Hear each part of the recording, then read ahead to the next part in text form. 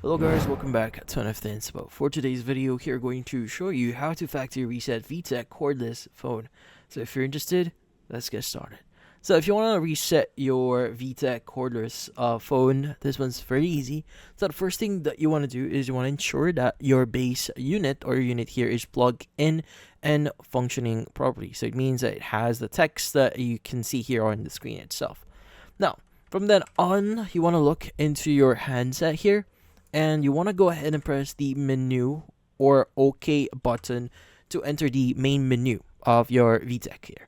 Now, you want to use the navigation keys, in this case, this one or along this area here, and you want to go ahead and scroll through the menu. Now, you want to look for system settings, then you want to go to base settings, or in this case, something similar to that.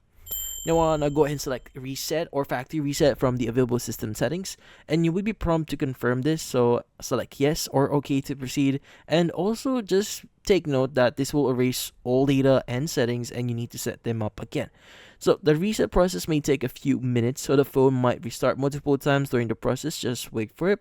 And also, some models requires registering the headset to the base unit, so just follow these steps.